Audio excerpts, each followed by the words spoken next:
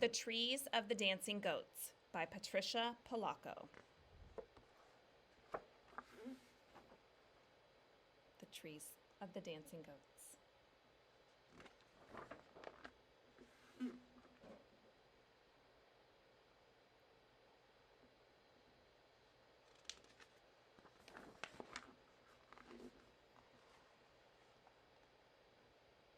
At our farm, just outside Union City, Michigan, we didn't celebrate the same holidays as most of our neighbors, but we shared their delight and anticipation of them just the same.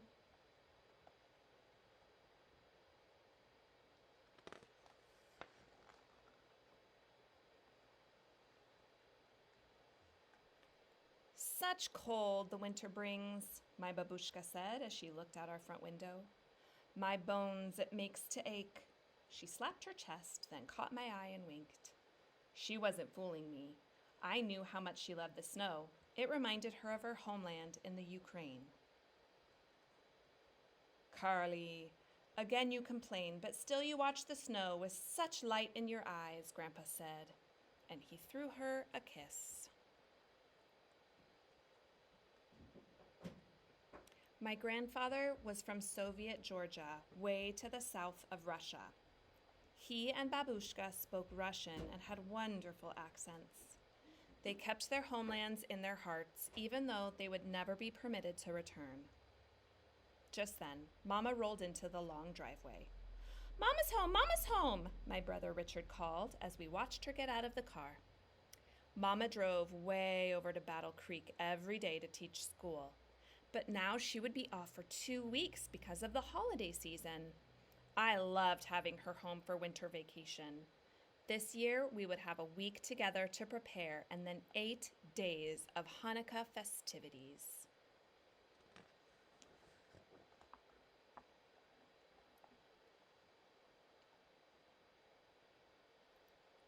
The next day, Mama took out our old tarnished menorah and asked me to polish it. While I rubbed, I watched my grandmother make the candles that we would put in it. Babushka tied long strings to a metal rod and dipped them into a pot of melted beeswax that she kept on the stove. Then she hung the wax-covered strings on the wall to dry before dipping them again to add another layer of wax. She hummed as she dipped, never seeming to tire of the long process.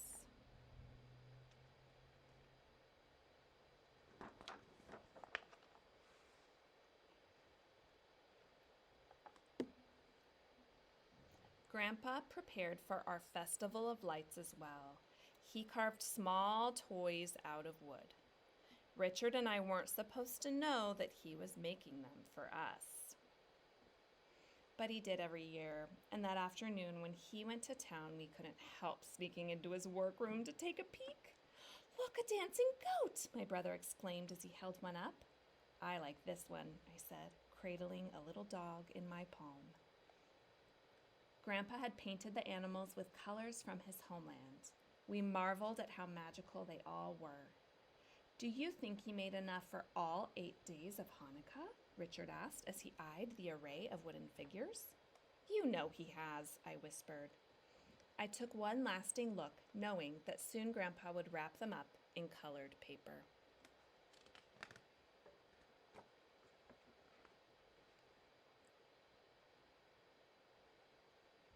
My mother called for me, and I thought she had caught us spying, but she only wanted me to go over to the Kremls for some cornmeal.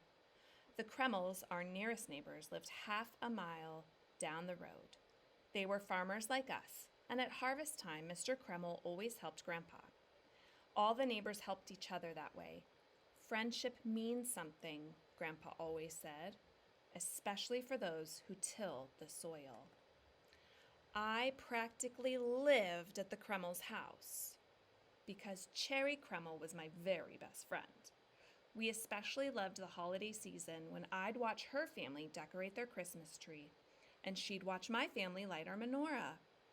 I knew as we were bustling in anticipation of the Festival of Lights at our house, the Kremls would be preparing for the arrival of Christmas at theirs. But When I got there, I found everybody quite sick. Even Cherry, who is usually full of spizzerinto, as my babushka would say, seemed quiet and weak. She was crying. I hope Santa will remember where we live. Well, why wouldn't he? I asked. Because we haven't put up a tree this year or even decorated. Papa's too sick to get out of bed and go chop one down. Then she coughed an awful cough. I ran home and burst into our house with the news about Cherry and her family. Mama seemed very worried. Did you go inside their house, Tricia? She asked me. Sure, I answered. Uh-oh, my brother said. They all looked at each other. When your grandfather was in town today, Babushka said very slowly, Dr. Leach told him that many families around here have come down with scarlet fever. The Kremls must have it, and I sent you there, my mother said as she rushed me to the bathroom, pulled off my clothes, and soundly scrubbed every inch of me. Am I going to get it, Mama? I asked. It's very contagious, she answered. We'll know in a few days. Am I going to die? I asked, starting to cry. No, baby, Mama said. But if you have it, it will make you quite sick. For the next few days, my family watched me very carefully. Richard, of course, took pleasure in making me feel like I was quarantined. He held a cloth over his mouth and nose every time he came near me. Then he'd hack and gag, mimicking the dreadful cough of the fever.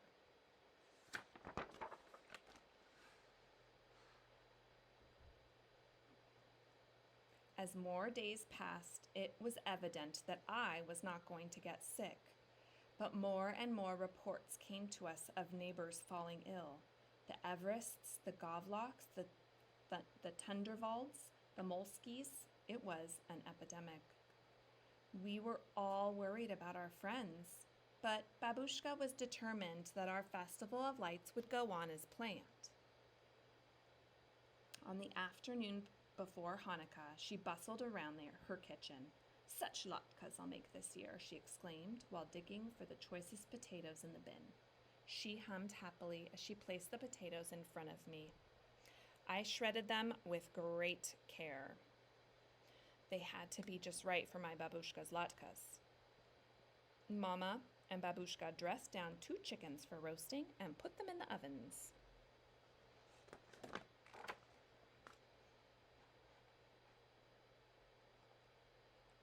Just as the aroma of the wonderful feast met our nostrils, the sun set, and it was time to light the menorah. Grandpa recited the blessings and lit the shomas, the candle used to light all the others.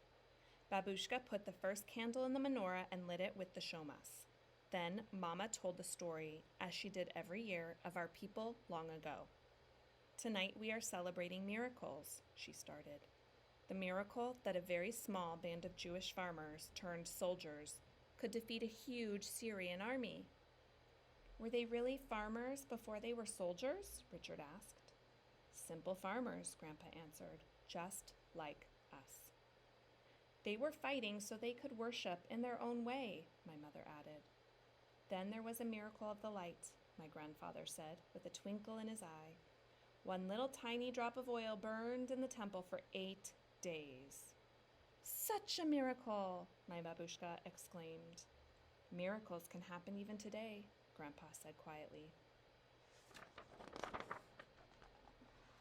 After dinner, Grandpa handed us the first of our beautifully wrapped presents. He looked troubled, though. You know, our neighbors are having such a hard time. This should be a time of gladness for them. If only we could do something to make their holidays special. His voice trailed off. Babushka thought for a while. They always bring a tree into their house. Only in America does a tree grow right out of the living room floor. She rocked with laughter. Carly, we should cut down trees and take them into their houses, Grandpa announced. Babushka smiled in agreement. I'll cut them tonight. You can help, Richard, Grandpa said, already pulling on his winter coat. We can dress down more chickens and take them food, Babushka said, and she scurried to the kitchen. Mama and I can decorate the trees, I shouted excitedly. But this is not our custom. We have nothing to decorate the trees with, my grandmother said. What about the carvings? My mother said softly. They both looked at me. What do you think? They have no way of making their children happy this year. At first, I was a little disappointed, but then, as I thought about it, I knew it was the right thing to do. Our neighbors needed cheering, and we were just about the only ones who didn't have the fever.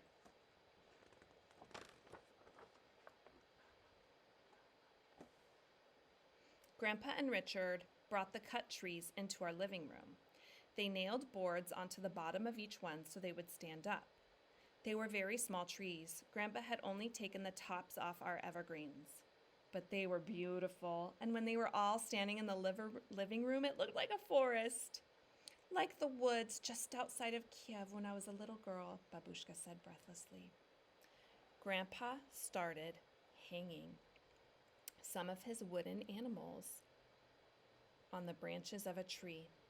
A dancing goat, my babushka remarked as she looked closely at one of them. We shall call these the trees of the dancing goats.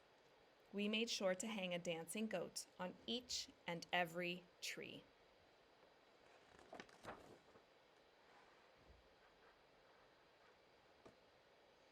As we decorated the trees, we sang and laughed. The single candle in the menorah flickered as we rushed past it to reach another carved animal or to paste together paper chains to hang on the trees. We all worked into the night. While Grandpa, Richard, and I finished the decorating, Babushka and Mama roasted more chickens and fried more potato latkes.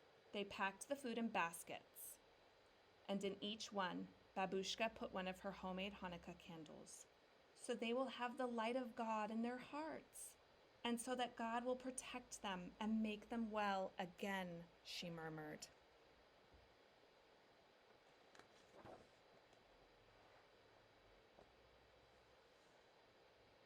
We loaded Grandpa's old Ford with the trees and the food baskets and sent Babushka and Grandpa into the early light of dawn with their Christmas cheer. Just like Santa, my brother said. Mr. and Mrs. Santa, I added. We waited eagerly for their return later that morning. We thrilled when Babushka and Grandpa told of how they entered the home of each neighbor, set up a tree in the living room, put the basket of food on the table, and put a candle in the holder for them to light later. Mama was a little worried they had been exposed to the fever, but Babushka said, "In so much worse I've been, you shouldn't know from. God will protect. God will protect. This I know."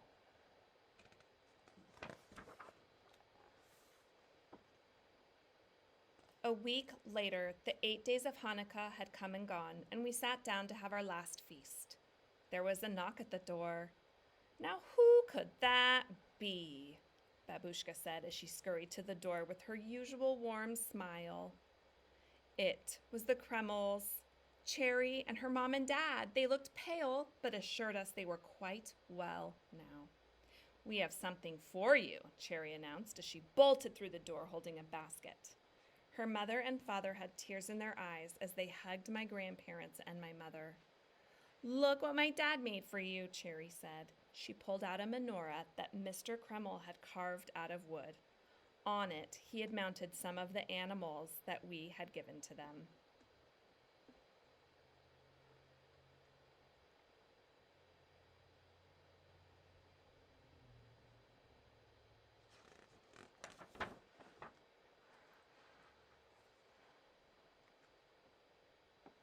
"How beautiful," my babushka said as she placed it on our table.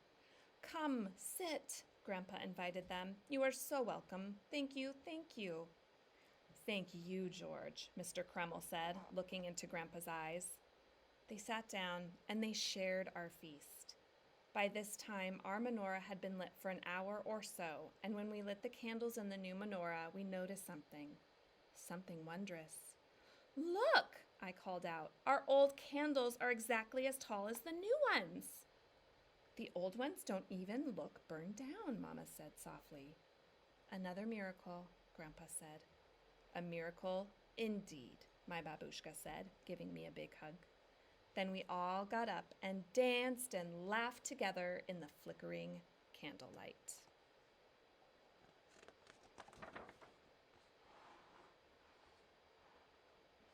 Our neighbors all recovered from that terrible fever. Few were left with any permanent damage. What they were left with was a long cherished memory of that Christmas when Santa really did come. And my family too has never forgotten that incredible winter of the fever, the miracle of true friendship, and the trees of the dancing goats.